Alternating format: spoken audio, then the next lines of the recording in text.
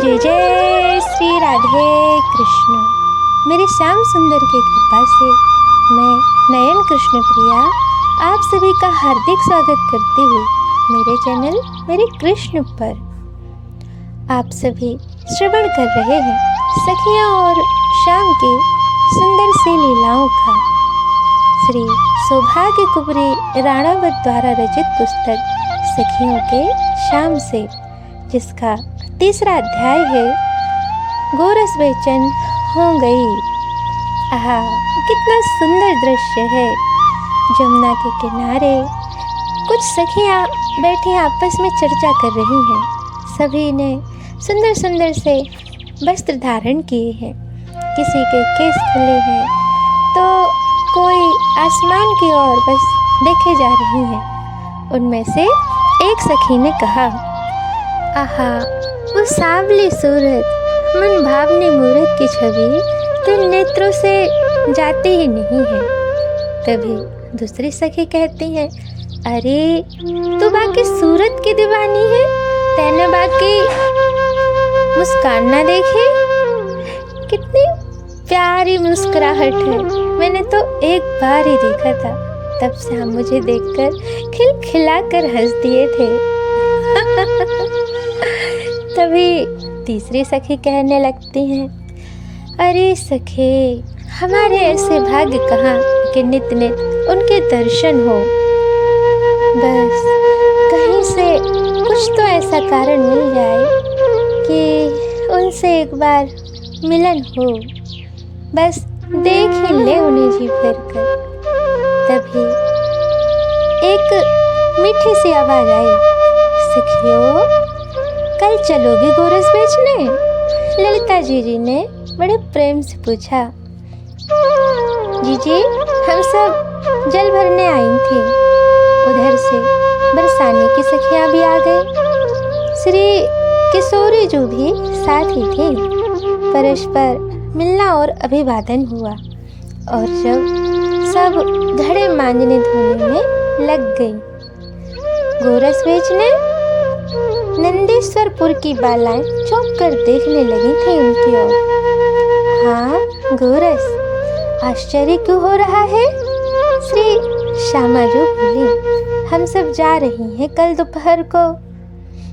तुम्हारा मन हो तो तुम भी चलो, किंतु गोरस लेगा कौन और हम बदले में क्या लेंगे?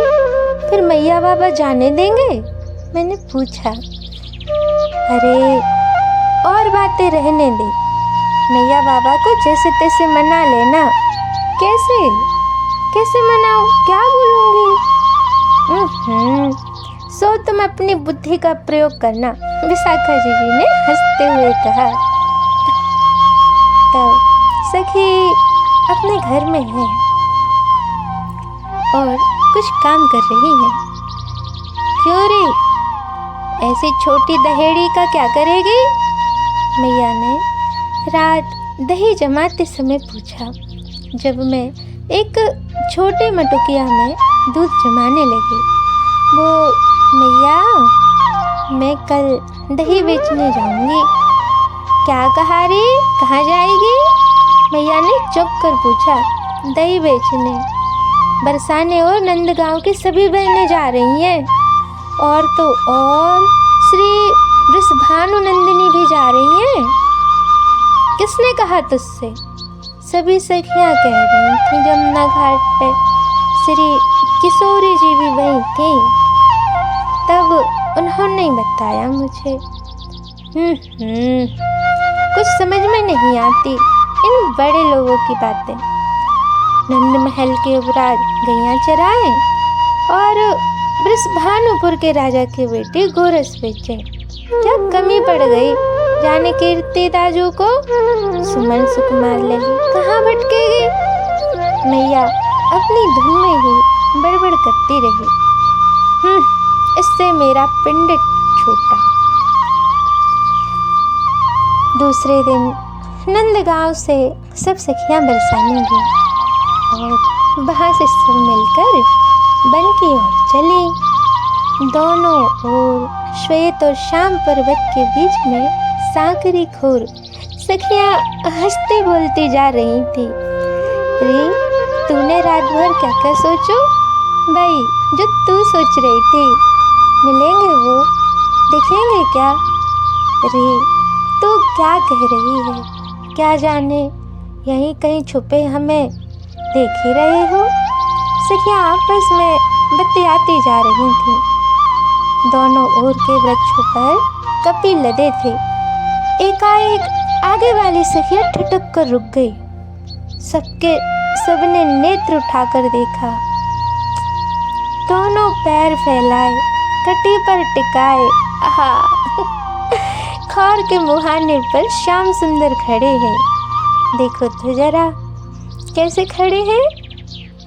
कन्हैया कमर पर दोनों हाथ रखकर खड़े हैं और घुंघराले केसों को एक सूती वस्त्र से बांध लिए हैं। मुंह पर टेढ़ी मेढ़ी सी मुस्कान है और त्रिभंग लली मुद्रा में श्याम जो खड़े हैं, एक लखुटिया पर अपना वह ऐसे टिकाए बस निहारे जा रहे हैं। हम सब भी उन्हें देखकर एकदम चौंक गए।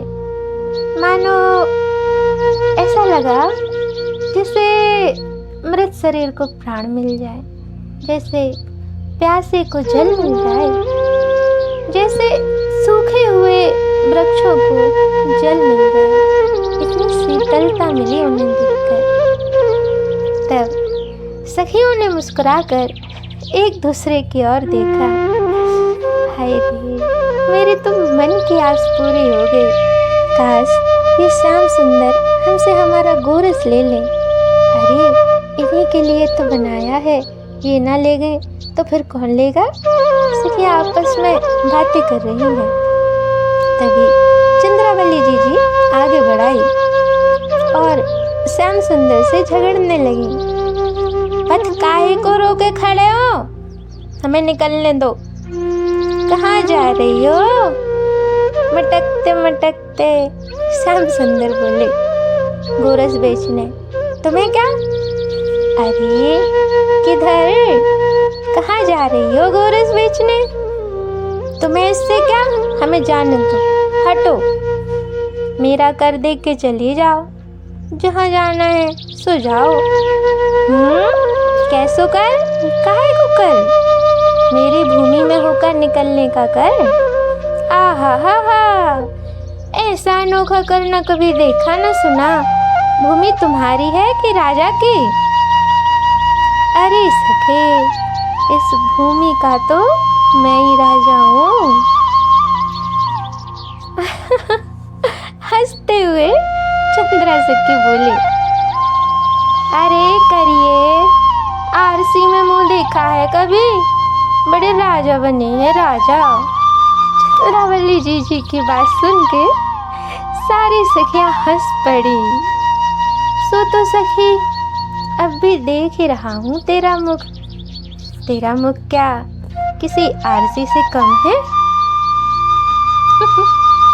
श्याम सुंदर हंसने लगे। श्याम का उत्तर सुन चंद्रावली तो शर्मा गई और सक पकाकर चुप हो गई, क्योंकि श्याम ने चंद्रा के हृदय की बात जो पढ़ ली थी। पथ छोड़ो। चंद्रावली जी ने स्वर और नेत्र कड़े किए। बहुत बातें बनानी आ गई हैं, हटो मार्ग से, जाने दो हमें। बातें बनाना मुझको भी अच्छा नहीं लगता सखी। तुम मेरा कर दे दो और अपना पथ पकड़ो।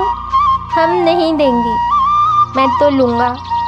राजी से नहीं दोगे तो बरजोरी से लूँगा। बरजोरी। हाँ सखी, बरजोरी। लाज नहीं आती ऐसे कहते, छोरियों से बरजोरी करते हो। जब तुमने लाज उतार के खूंटे पे टांग दी है तो मैं कितनी देर उसे थामे रहूँगा। हाँ सखी, मुझसे एक छोरे से लपालप जीप चलाते तुम्हें लाज नहीं आती और मुझे लज्जा की शिक्षा देती हो। लज्जा तो नारी का आभूषण है, ना कि पुरुष का।